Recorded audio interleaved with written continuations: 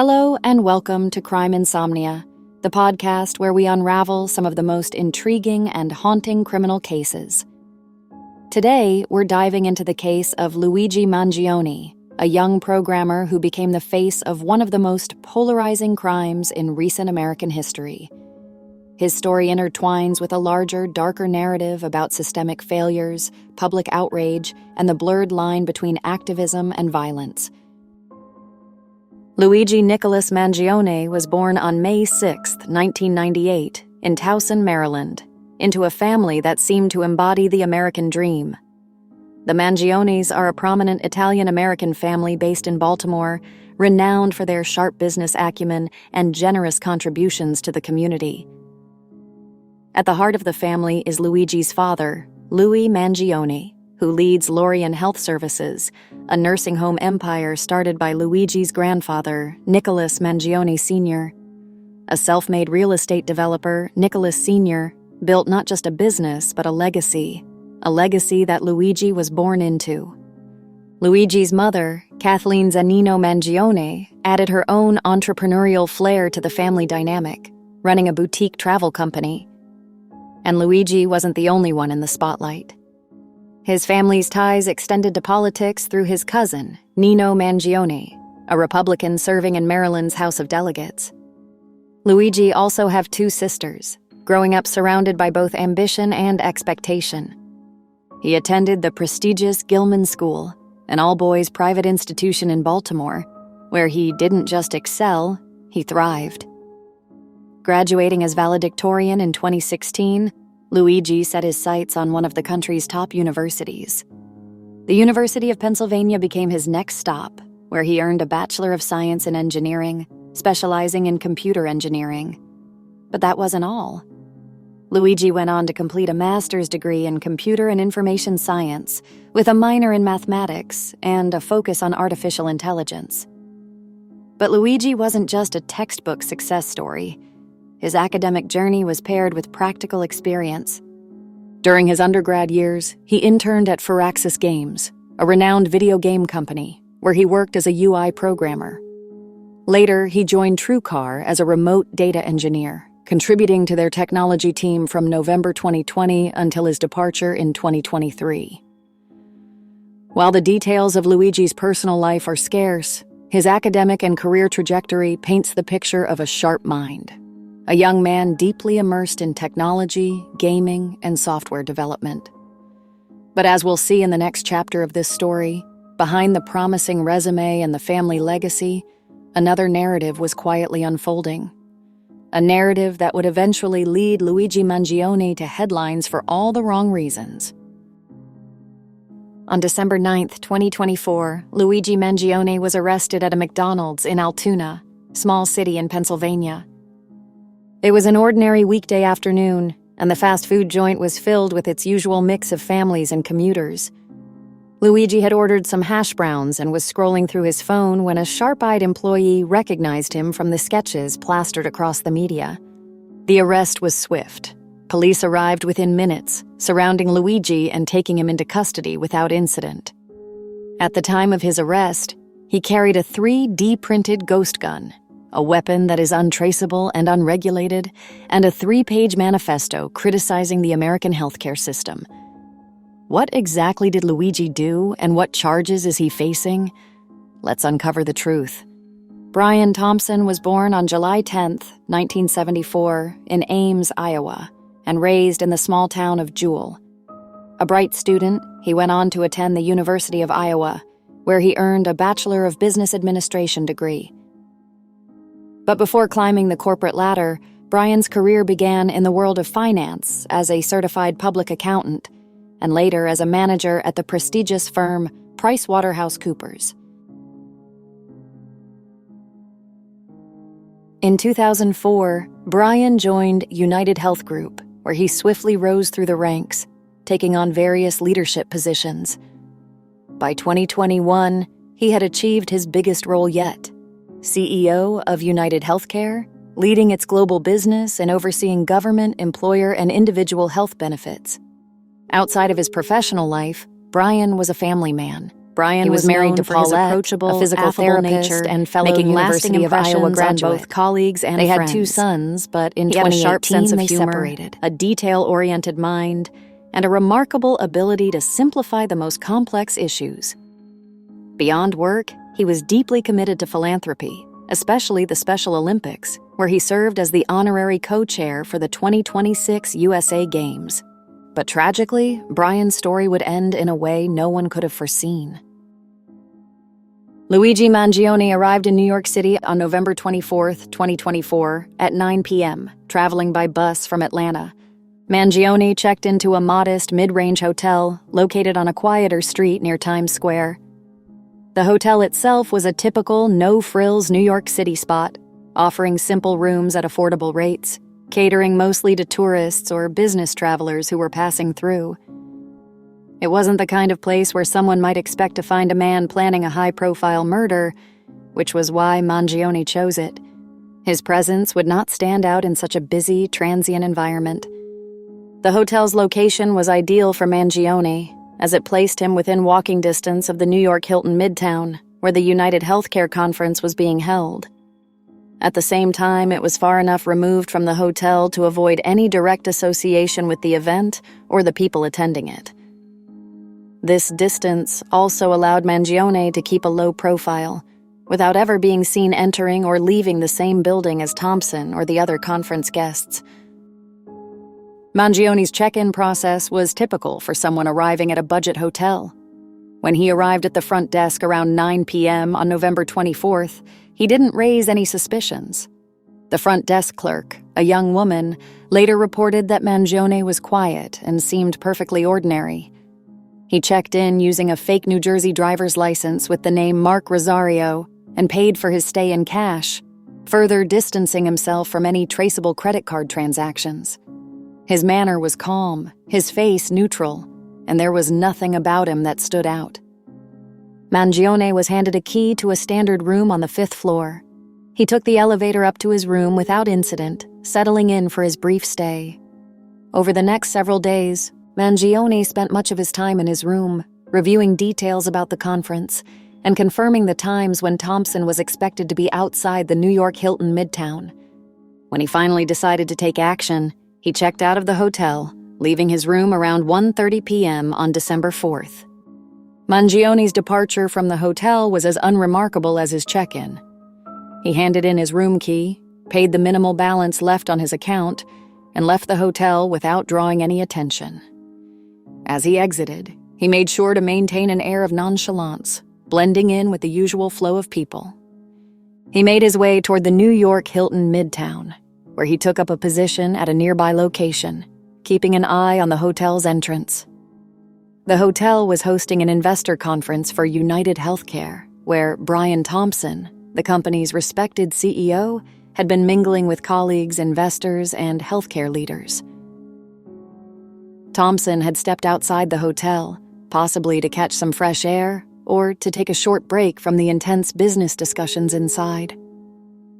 As he made his way to the hotel entrance, the bustling streets of Manhattan seemed typical people moving about, the hum of the city alive in the background. But in an instant, that calm would be shattered. Out of nowhere, Luigi Mangione approached Thompson. Mangione didn't hesitate. There was no warning, no argument. In what seemed like a targeted, cold-blooded attack, he pulled out a firearm and shot Thompson at point-blank range.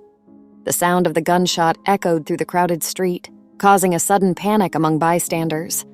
Witnesses in the area, including hotel guests and some of the conference attendees, froze in shock as they processed what had just happened. The assailant didn't flee immediately, but instead, chaos erupted around him. Some rushed to Thompson's side, trying to offer help, but it was clear that the CEO was already gravely injured. The severity of his wounds was apparent, and the emergency response was swift. Paramedics arrived within moments, but despite their best efforts, Thompson was beyond saving.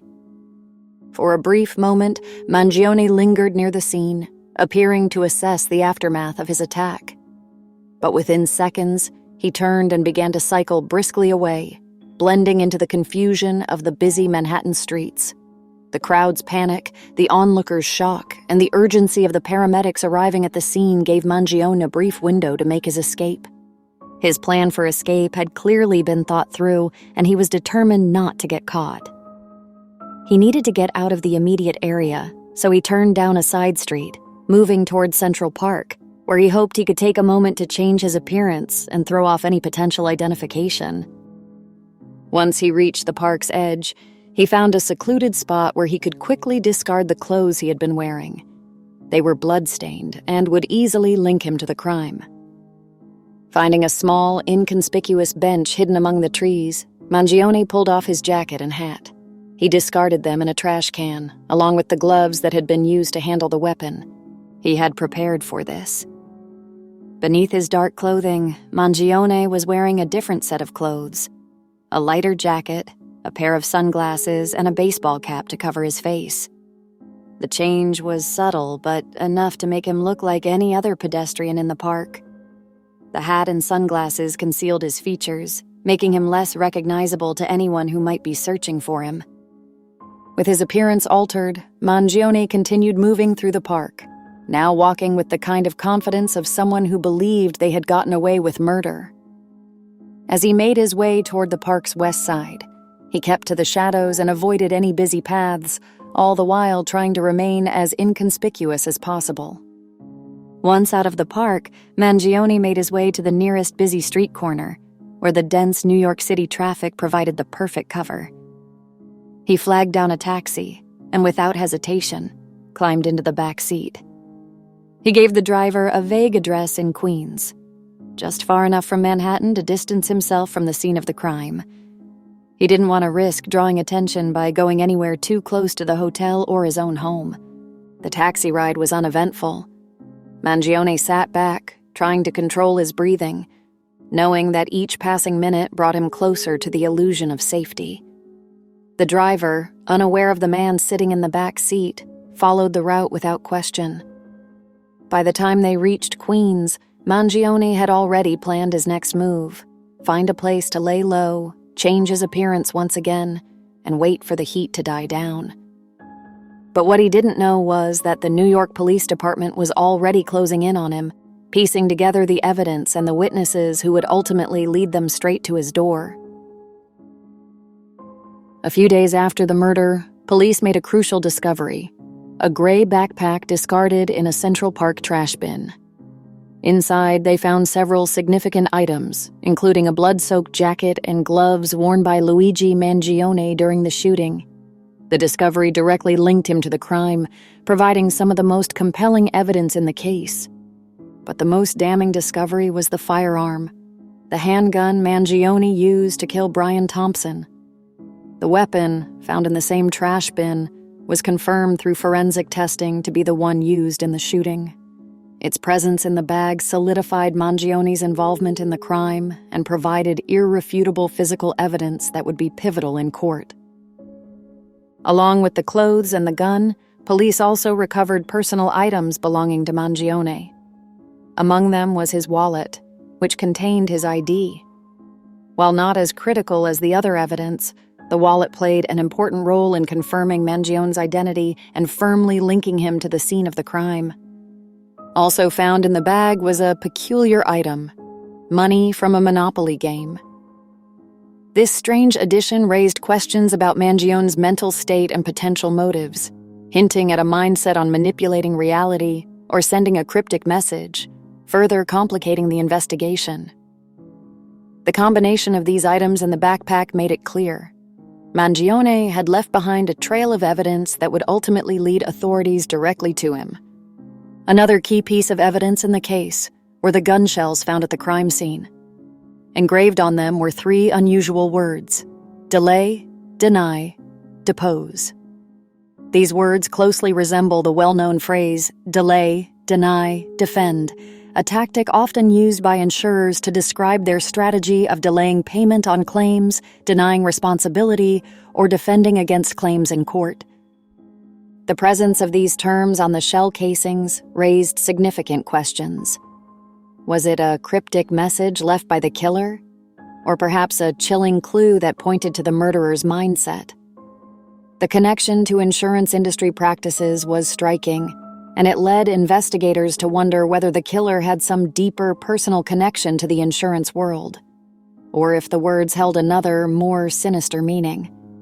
In either case, the engraving on the gun shells added a layer of mystery to the crime, suggesting that the murder of Brian Thompson might not have been a random act of violence, but rather a more calculated and deliberate attack, filled with hidden messages and motivations. In the days following the shocking murder of Brian Thompson, the internet erupted with a torrent of reactions, turning the tragedy into a spectacle. As is often the case with high-profile crimes, the murder quickly became fodder for memes, viral content, and heated debates across social media platforms. While some viewed it as an appalling act of senseless violence, others disturbingly treated it as a spectacle to be mocked, politicized, or leveraged for personal gain. Platforms like Twitter, Reddit, and Instagram quickly became flooded with memes referencing Brian Thompson's murder, with users creating content ranging from dark humor to biting satire. Some users twisted the details of the crime into exaggerated, often absurd scenarios, while others latched onto the peculiar engraving found on the shell casings: delay, deny, depose, using it to mock the insurance industry. One popular meme featured a photo of the shell casing with the words, "delaying justice, denying truth," superimposed on it, poking fun at the slow-moving nature of both the criminal justice system and the common tactics used by insurance companies to avoid paying claims. Another meme showed a picture of Brian Thompson in a corporate setting with the caption, "When you're an insurance CEO and your workday really starts after the murder," making light of Thompson's position while turning the tragedy into a punchline. In a particularly absurd meme, a stock photo of a detective was paired with the text, "Investigators be like, we have one clue. Delay, deny, depose." Must mean the murderer works for the insurance industry, turning the serious nature of the investigation into a mock detective narrative. Some memes even use the engraving as a jumping-off point for larger societal critiques, such as one that depicted a greedy CEO on a pile of money, with the caption, "When corporate greed is so real, it might just get you murdered." This response wasn't limited to anonymous internet users. Even some high-profile figures participated in or commented on the memes, though many quickly condemned these inappropriate and disrespectful displays of humor. As the meme culture surrounding the murder grew, so did the backlash. Critics argued that the normalization of such content trivialized the victim's death and desensitized the public to the severity of the crime. For those close to Thompson, including his family, the way his murder was reduced to online fodder was deeply upsetting. As the investigation continued, some media outlets began to highlight not just the crime, but also its broader implications. Thompson's position as CEO of UnitedHealthcare made him a target for critics of the U.S. healthcare system, and many online commentators seized on the murder to fuel their critique of corporate power and greed. The event quickly morphed from a personal tragedy into a focal point for discussions about systemic issues, with some questioning if the crime was a reflection of something larger at play. Ultimately, the internet's reaction to Thompson's death became as complex and unsettling as the crime itself, blurring the line between grief, curiosity, and sensationalism. The tragic murder sparked larger conversations about how society consumes and reacts to tragedy in the digital age, where the line between respect and exploitation can often feel dangerously thin. On December 9th, just a few days after Thompson's shocking murder in New York City, Mangione was arrested at a McDonald's in Altoona, Pennsylvania. The arrest came thanks to a sharp-eyed employee who recognized Mangione from photos released by the New York Police Department. The employee acted quickly, contacting local police who moved in to make the arrest. They knew Mangione could be armed, considering the deadly weapon he used in the murder and the firearms discovered during the investigation. Officers took care to approach the McDonald's cautiously, aware of the potential for violence. When the police entered the McDonald's, Mangione was sitting at a corner booth, his back to the wall. It was clear he had been trying to keep a low profile. The officers approached him calmly but firmly, instructing him to remain seated and not make any sudden movements. Mangione, seemingly realizing the game was up, did not attempt to flee or resist, though he was visibly shaken. A senior officer, identified later as Detective Elena Carter, approached him first and issued a clear warning. "Luigi Mangione, you are under arrest for the murder of Brian Thompson. Do not move." Mangione appeared to freeze for a moment, staring at the officers. Then, without a word, he raised his hands and allowed them to place him in handcuffs. His food, untouched, sat on the table beside him as he was escorted out of the restaurant. As he was led out, Mangione did not say anything to the officers, but several witnesses reported hearing him mutter, "I didn't want this," under his breath. Mangione was transported immediately to the 14th precinct for questioning. He was placed under heavy surveillance, and it was reported that he made no attempt to speak to officers or lawyers upon arrival. The police continued their investigation into his motives, hoping that the arrest would lead to new insights into why he had chosen to target Brian Thompson. The arrest was met with mixed reactions. While some praised the swift response of the New York Police Department, others were disturbed by how close Mangione had come to evading capture. Despite being in a bustling part of the city, he had remained undetected for days, moving through crowded areas, seemingly unaware of how quickly he had been tracked. His arrest at such a public location added an unsettling layer to the case, emphasizing the randomness of violent crime in urban environments and raising questions about how easily someone can blend into the crowd, even after committing such a high-profile murder. The question remains, what were Mangione's true motives? Let's explore. Luigi Mangione's motive for the murder of Brian Thompson remains a deeply unsettling and complex subject, with multiple factors coming to light during the investigation. As the case unfolded, authorities began to piece together various elements of Mangione's life, beliefs, and grievances, ultimately shedding light on the potential reasons behind this shocking act of violence. Sources close to Mangione revealed that he had suffered from a series of personal and family health issues that had been exacerbated by what he viewed as the inhumane and profit-driven nature of the healthcare system. Mangione had been diagnosed with a severe herniated disc in his lower back, which caused intense and persistent pain. Herniated discs occur when the soft tissue between the vertebrae in the spine slips out of place, pressing on nearby nerves, leading to pain, numbness, or weakness in the affected area. In Mangione's case, the condition affected his ability to walk and sit comfortably for extended periods, making it difficult for him to maintain a normal routine or pursue regular physical activities. This condition was further exacerbated by the development of sciatica, a condition where the herniated disc presses on the sciatic nerve, causing sharp, radiating pain down the legs. The pain from both the herniated disc and sciatica grew worse over time, leading to physical limitations that greatly impacted Mangione's quality of life. Mangione's struggles were compounded by the difficulties he faced in managing his medical expenses.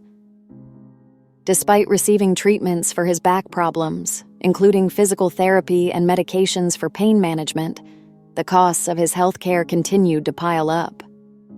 Mangione found himself in a vicious cycle, battling not only the pain from his spinal issues, but also the financial strain from mounting medical bills.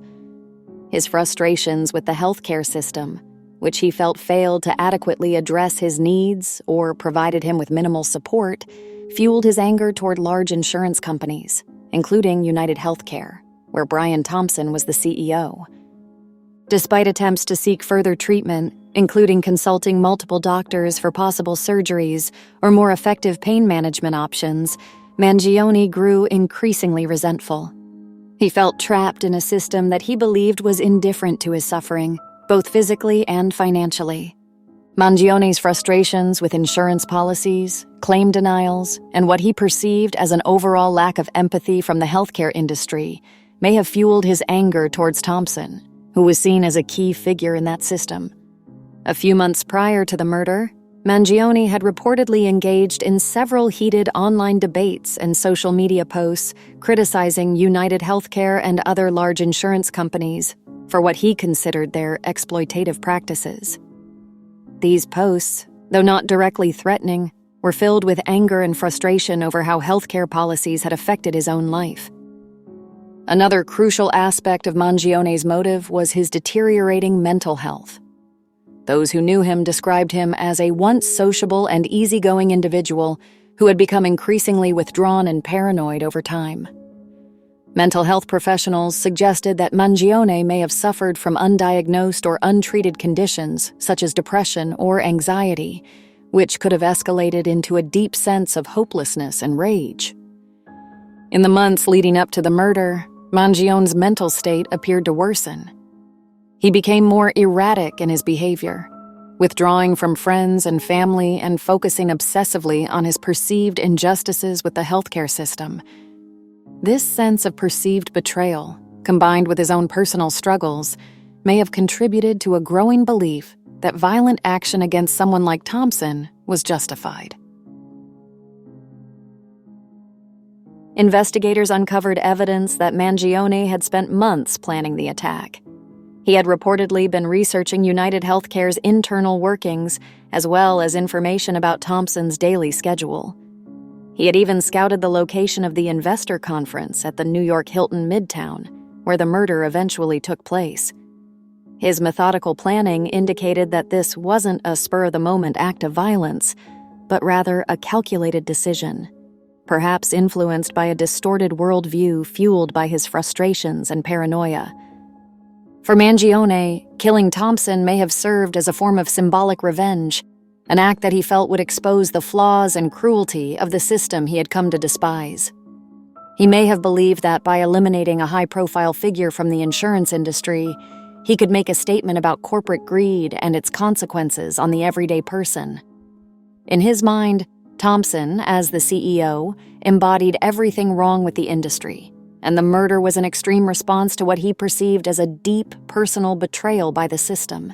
In the days following the murder, it was revealed that Mangione had left behind a note that was found in his hotel room. The note, which investigators deemed as a form of a manifesto, detailed Mangione's growing dissatisfaction with the insurance system, his belief in the exploitation of patients, and his personal sense of failure within that system. Mangione wrote, "To the feds, I'll keep this short, because I do respect what you do for our country. To save you a lengthy investigation, I state plainly that I wasn't working with anyone." This was fairly trivial. Some elementary social engineering, basic CAD, a lot of patience. The spiral notebook, if present, has some straggling notes and to-do lists that illuminate the gist of it. My tech is pretty locked down because I work in engineering, so probably not much info there. I do apologize for any strife of traumas, but it had to be done. Frankly, these parasites simply had it coming. A reminder, the U.S. has the most expensive healthcare system in the world, yet we rank roughly 42nd in life expectancy. United is the indecipherable largest company in the U.S. by market cap, behind only Apple, Google, Walmart. It has grown and grown, but as our life expectancy? No. The reality is, these indecipherable have simply gotten too powerful, and they continue to abuse our country for immense profit because the American public has allowed them to get away with it. Obviously, the problem is more complex, but I do not have space, and frankly, I do not pretend to be the most qualified person to lay out the full argument. But many have illuminated the corruption and greed, for example, Rosenthal Moore, decades ago, and the problems simply remain. It is not an issue of awareness at this point, but clearly power games at play. Evidently, I am the first to face it with such brutal honesty. The most enigmatic and chilling clue to Mangione's motive was the engraving on the shell casings found at the crime scene. The words, delay, deny, depose, were seen as a direct reference to the common practices within the insurance industry of delaying claims, denying coverage, and fighting legal battles to depose those seeking rightful compensation. Many speculated that Mangione chose this phrase as a form of symbolic expression. an attempt to highlight his belief that the industry's actions had led him, and others like him, to despair.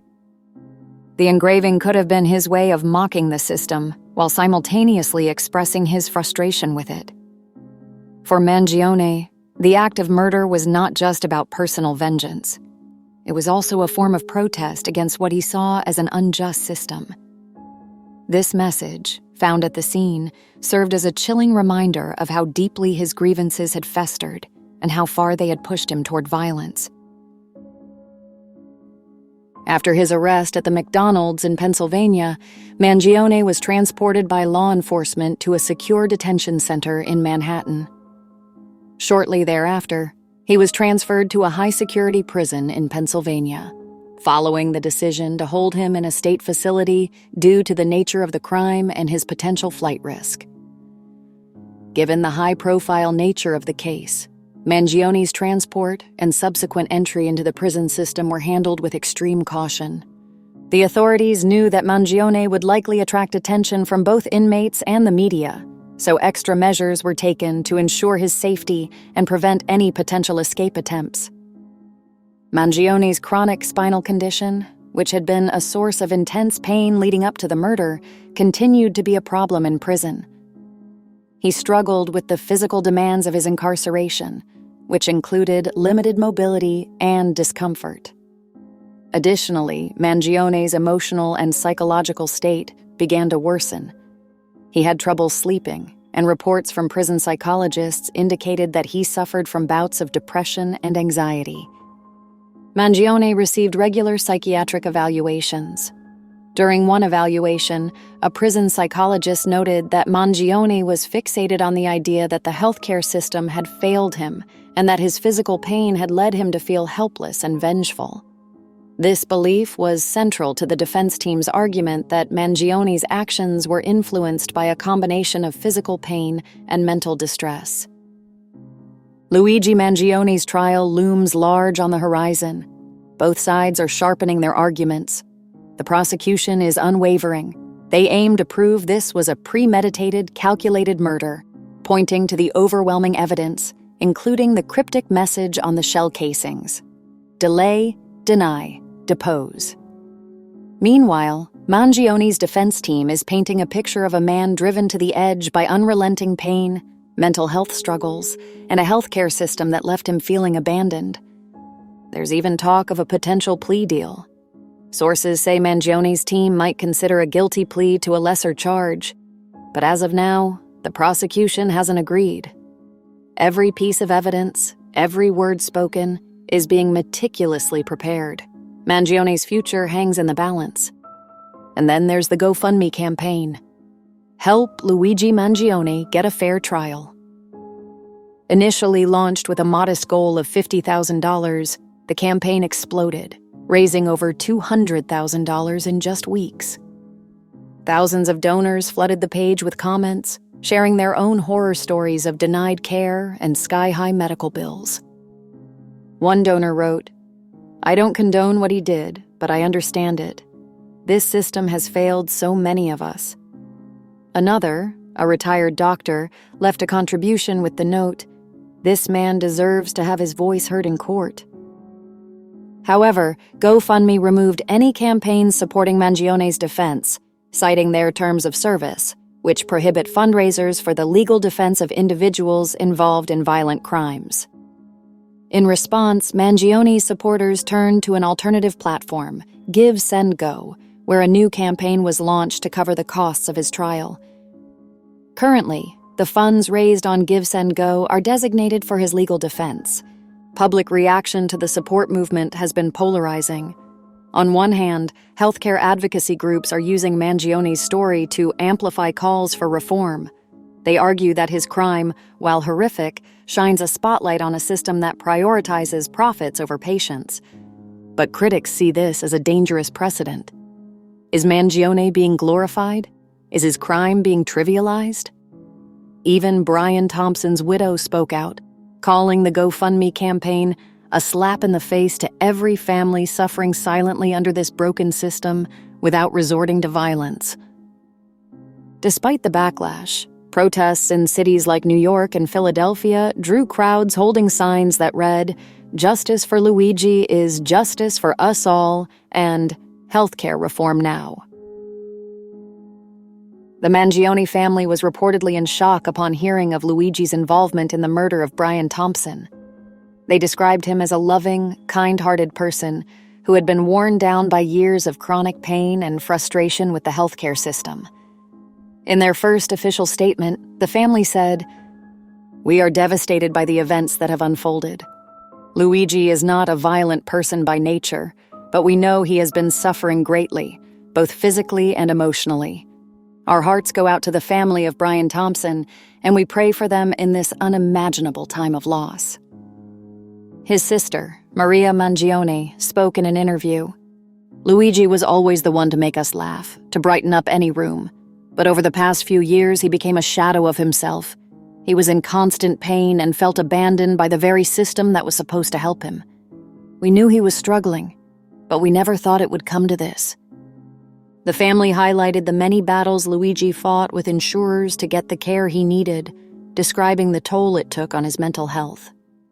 While acknowledging the gravity of his actions, the family urged the public not to define Luigi solely by the crime.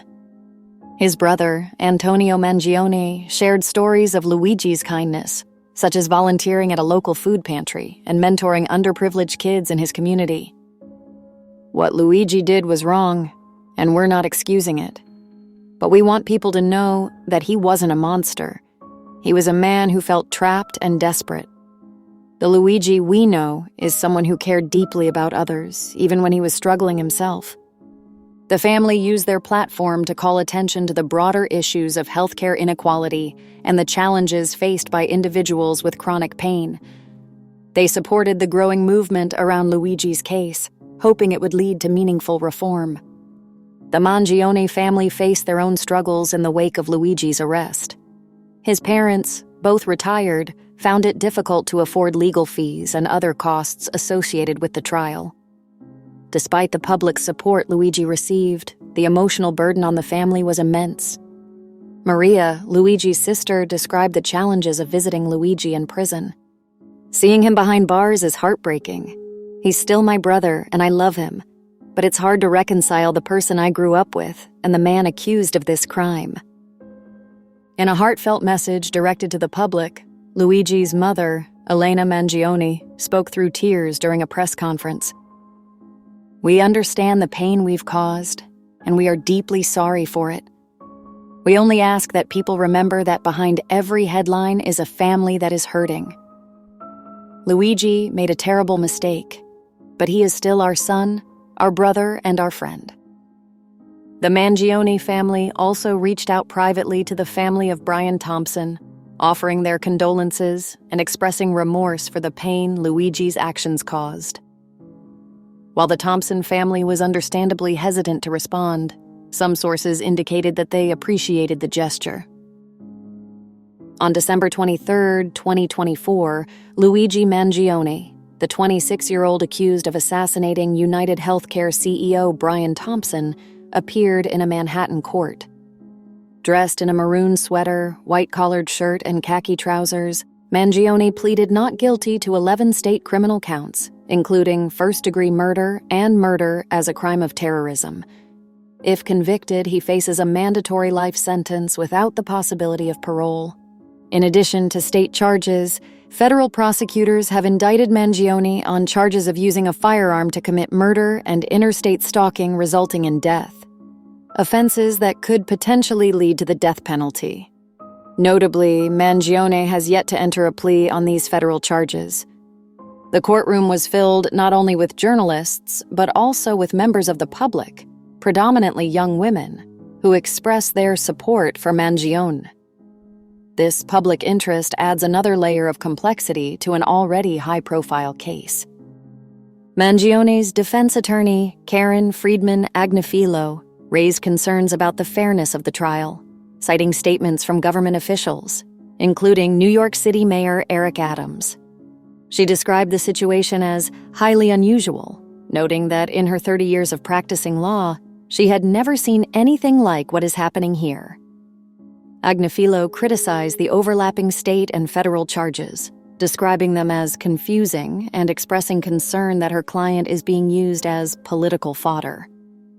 Judge Gregory Caro acknowledged these concerns, but assured that Mangione would receive a fair trial, despite the intense media scrutiny and public interest surrounding the case. So where do we go from here? Luigi Mangione's trial will undoubtedly be one of the most scrutinized in recent history, not just because of the crime, but because of what it represents. A society grappling with the intersections of pain, desperation, and justice. But as we wait for the final verdict, one question remains. Is Mangione a villain, a victim, or something in between? And what does this case say about the rest of us? About the systems we've built and the lives we've overlooked? Stay tuned for the next episode of Crime Insomnia, where we'll dive into the courtroom drama as the trial of Luigi Mangione begins. Until then, stay safe, stay curious, and remember, every story has more than one side.